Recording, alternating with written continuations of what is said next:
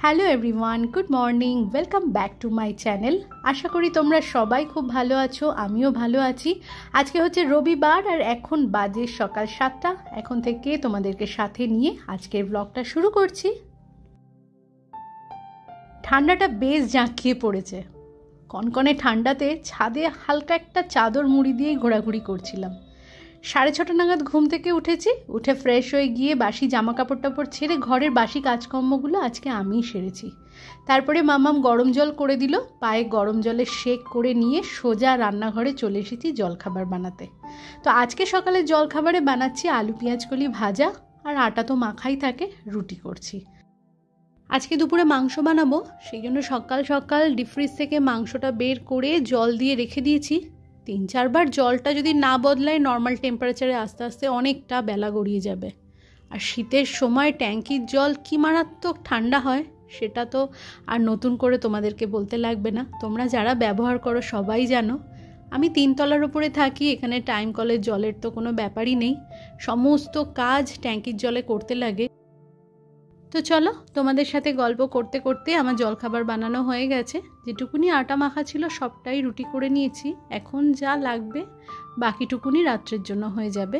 তো গরম গরম রুটি আর আলু পেঁয়াজ কলি ভাজা মাম্মাম ছাদে ওয়েট করছে, ওকেও দেবো, আমি নিজেও নিয়ে নেবো, কারণ বাবু একটুখানি বেরিয়েছে নিজের কাজে, ওর একটু আসতে দেরি হবে, তাই বলেই গেছে যে আমাদেরকে জলখাবারটা খেয়ে নিতে। আমরা গৃহিণীরা শত ব্যস্ততার মাঝে নিজেদের খেয়াল রাখতেই ভুলে যাই, সেই নিয়েই আজকের ব্লগটা। তো টাইটেল দেখে তোমরা আশা করি বুঝতেই পারছো যে অনেক ব্যস্ততার মাঝে আমরা গৃহিণীরা কিভাবে নিজেদেরকে ফিট রাখবো, কারণ সংসারের ভালো মন্দ সব কিছুর খেয়াল কিন্তু আমাদেরকেই রাখতে লাগে।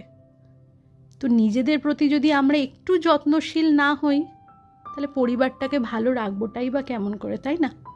অনেকেই হয়তো মনে করেন যে আমরা কি আর কাজ করি, ঘরেরই তো কাজ, এ আর এমন কি ব্যাপার। আদতে দেখা যায় একজন গৃহিণী যদি ভালো থাকে তাহলে সেই পরিবারটাও কিন্তু ভালো থাকবে।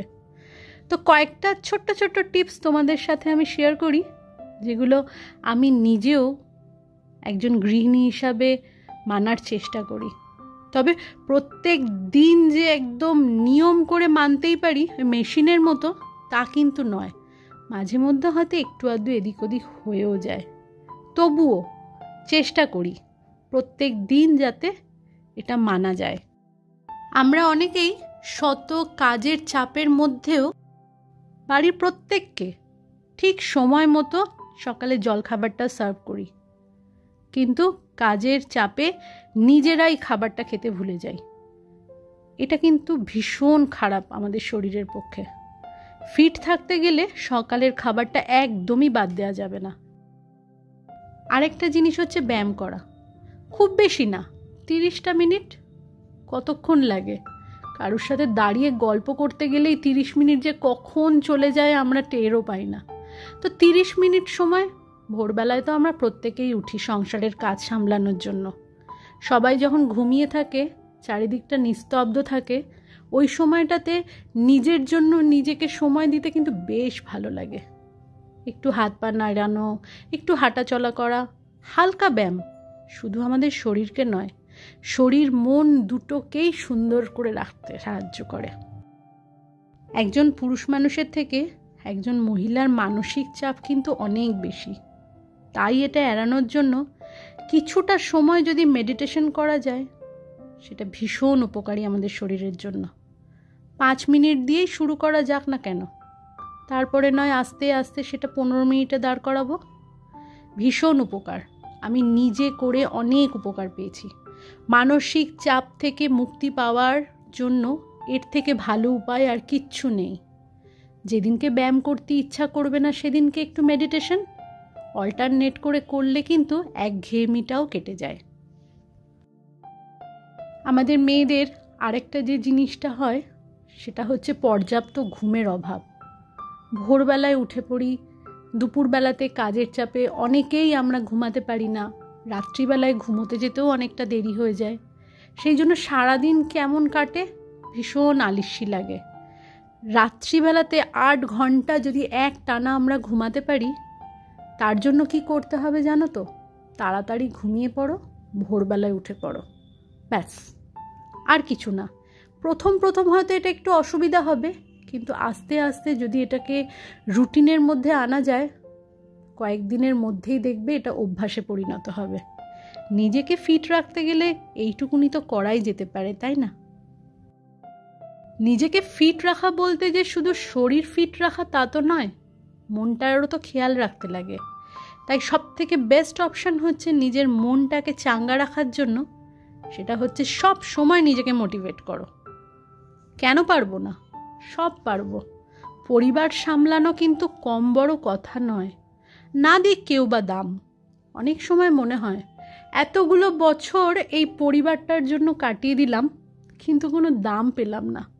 না দিক কেউ দাম, নিজেরা তো জানি নিজেদের সবটুকুনি দিয়ে এই পরিবারটাকে এক জায়গায় করে গুছিয়ে রেখেছি। কেউ না দিলে তো কিচ্ছু যায় আসে না।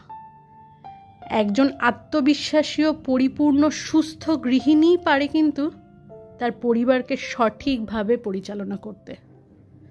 নিজেকে সব সময় মোটিভেট করো, অন্য কেউ যা পারে আমিও তাই পারবো। কেউ পিছিয়ে নেই আজকের দিনে। তো আমরাই বা কোথায় কম আছি? কেন থাকবো পিছিয়ে? আমরা একদমই পিছিয়ে নেই।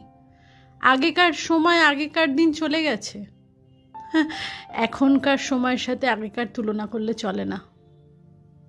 আমরা যতই ঘরে থাকি না কেন, যতই একজন হাউসওয়াইফ হই না কেন, কারোর থেকে কোনো অংশে আমরা গৃহিণীরা কম নই। তোমাদের সাথে গল্প করতে করতে ঘরের অনেক কটা কাজ সেরে ফেললাম। দুপুরের খাবার বানাতে চলে এসেছি। একটু পোলাও বানাচ্ছি। কুকারের মধ্যে ঘি দিয়ে ওর মধ্যে গোটা গরম মশলা ফোড়ন দিয়ে দিলাম, আর ধুয়ে রাখা গোবিন্দভোগ চালটা এর মধ্যে দিয়ে ভালো করে নাড়াচাড়া করে নেব। সামান্য পরিমাণে হলুদ, স্বাদ মতো নুন, আর সামান্য পরিমাণে গ্রেট করে রাখা আদাটা এর মধ্যে দিয়ে বেশ কিছুক্ষণ ধরে কম আঁচে নাড়াচাড়া করব। মাংসটাকে ভালো মতো কষিয়ে পাশের গ্যাসে কুকারে করে বসানো রয়েছে। আর এখানে ভালো করে নাড়াচাড়া করা হয়ে গেলে পরিমাণ মতো মিষ্টি আর পরিমাণ মতো জল দিয়ে দিলাম। ভেজে রাখা কাজু আর কিশমিশও মিশিয়ে দিলাম। ভালো করে ফুটলে পরে, ঠিকঠাক মতো চালটা সিদ্ধ হয়ে যাওয়ার পরে ঘি দিয়ে ব্যাস কুকারটাকে আমি বন্ধ করে রেখেছি। তো খাবার খেতে তো অনেকটাই দেরি আছে। খুব সুন্দর হয়েছিল খেতে, জানো তো। ঠিক এরকম অবস্থায়, একটু ভিজা ভিজা ছিল, এরকম অবস্থাতেই আমি ঘি দিয়ে কুকারের ঢাকনাটা বন্ধ করে রেখে দিয়েছিলাম। যখন খাবারটা সার্ভ করেছি তখন কিন্তু বেশ ঝরঝরে হয়ে গিয়েছিল। তোমরা আমার যে সকল নতুন বন্ধু আছো আর এতক্ষণ অবধি আমার এই ব্লগটি দেখছো, আমার এই ভিডিওর কোথাও যদি তোমাদের কোনো কিছু ভালো লেগে থাকে তাহলে চ্যানেলটি সাবস্ক্রাইব করে তোমরা আমার পাশে থাকতে পারো। আর তোমরা যারা অলরেডি এই কাজটি করে রেখেছো, তোমাদের সকলকে জানাই অসংখ্য ধন্যবাদ। রান্নাবান্না কমপ্লিট হয়ে গেছে। আজকে রান্নাঘরটা অনেক দিন পরে পরিষ্কার করছি। রান্নার দিদি যে কদিন ছিল তিনি তো কোনো রকমে একটা ভিজে কাপড় বুলিয়ে দিয়ে চলে যেতেন। তারপরে মাম্মাম যতটা সম্ভব ওর সাধ্য মতো পরিষ্কার করেছে। তবুও কোথাও কোথাও যেগুলো ওর চোখে ধরা পড়েনি, আমার চোখে কোথাও কোথাও একটু দাগ ছোপ জমে গিয়েছিল। আজকে সম্পূর্ণটা না হলেও কিছুটা পরিষ্কার করতে পেরেছি। তবে আস্তে আস্তে আমি হাত দিয়েছি, তো ধীরে ধীরে ঠিক পরিষ্কার করে ফেলবো সম্পূর্ণটা। তো গ্যাসের পিছন দিককার যে দেয়ালটা আছে ওটা বেশ তেল চিটচিটে হয়ে গিয়েছিল। ভিজে কাপড় দিয়ে মুছলে তো আর সেটা যায় না। আজকে কিছুটা স্কচ ব্রাইট দিয়ে ঘষে পরিষ্কার করেছি। সম্পূর্ণটা দাঁড়িয়ে দাঁড়িয়ে করা একদিনে আমার পক্ষে তো সম্ভব নয়। তবে ঘরের অনেকগুলো কাজ এখনও অবধি ওরা আমাকে করে দিচ্ছে। বিছানাপত্র তোলা, ঘর বারান্দা মোছা, ডিশওয়াশারে বাসন ঢোকানো, বাসন আনলোড করা, সব কিছুই ওরা করে দেয়। আস্তে আস্তে আমি কাজগুলোতে হাত দিচ্ছি। তবে ওদের সাহায্য ছাড়া এই মুহূর্তেও আমি এখনও সবটা করে উঠতে পারবো না। মোটামুটি রান্নাবান্নাটুকুনি আমি সবটাই করছি। আজকে একটুখানি জেদ করেই বলতে পারো, ভাবলাম রান্নাঘরটা একটু পরিষ্কার করি। পায়ের ব্যথাটা অনেকটাই কমেছে, তবে পুরোটা তো এখনও সারেনি। নরম চপ্পল পরে সবসময়তেই ঘরে ঘোরাঘুরি করতে হয়। এখনও অবধি বাইরে যাওয়ার প্রয়োজন পড়েনি, ওই যে কদিন ফিজিওথেরাপি করতে যেতাম সেই কদিন আর কি। হিল কুশন কিনে আনা হয়েছে, বাইরে বেরোলে জুতোর মধ্যেই হিল কুশন দিয়ে পরে তারপরে বেরোতে হবে।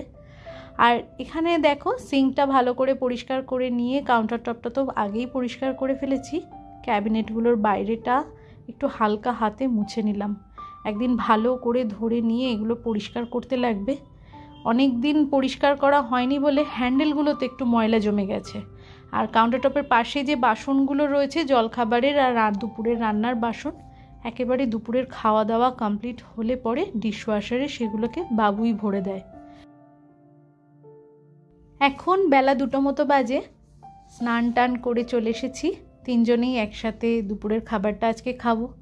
রবিবারের দিন স্পেশাল কিছু রান্না হলে সবাই মিলে একসাথে খাওয়া দাওয়া করার মজাটাই আলাদা।